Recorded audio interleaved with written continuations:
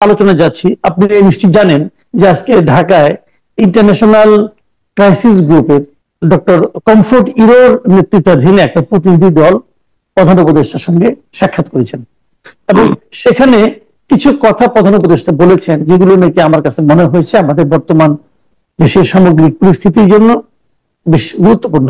যেমন প্রথম উনি বলেছেন যে নির্বাচনের সময়সীমা নিয়ে, উনি বলেছেন নির্বাচনের সময়সীমা যেভাবে নির্ধারণ করা হয়েছে সেই নির্ধারিত সময়েই নির্বাচন অনুষ্ঠিত হবে।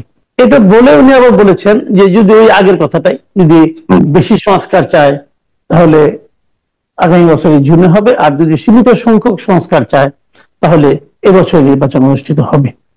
এই যে উনি আরো একবার নির্বাচনের তারিখ সম্পর্কে ওনার সরকারের যে, এটার থেকে আপনার আসলে কি মনে হচ্ছে নির্বাচন আসলে কবে হতে যাচ্ছে, কিভাবে হতে যাচ্ছে, আপনার কি মূল্যায়ন বুঝতে পারছি?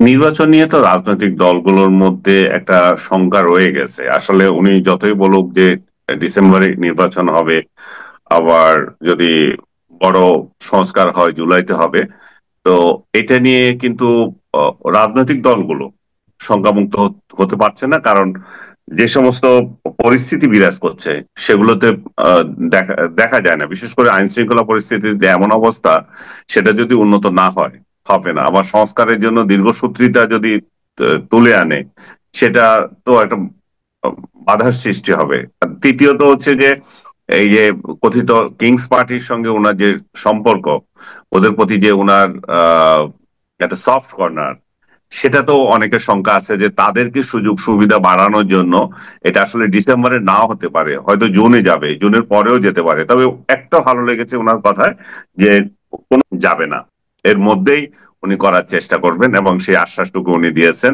এটাই একটা পজিটিভ দিক যে যাই হোক নির্বাচন আমি অত তারিখে করব।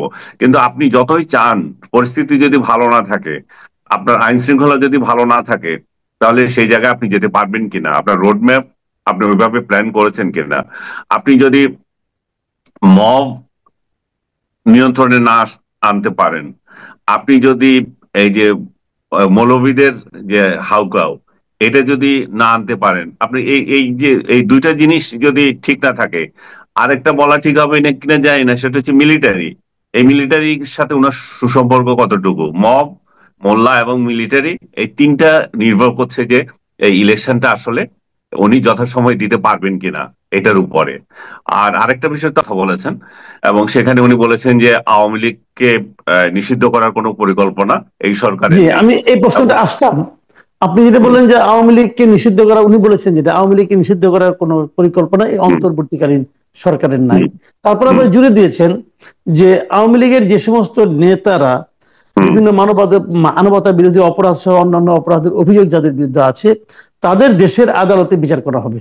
আবার এর সঙ্গে এটাও বলেছেন যে জাতিসংঘের যে তথ্য অনুসন্ধানী মিশন ছিল তাদের যে মানে আপনার রিপোর্টের ভিত্তিতে আওয়ামী লীগের নেতা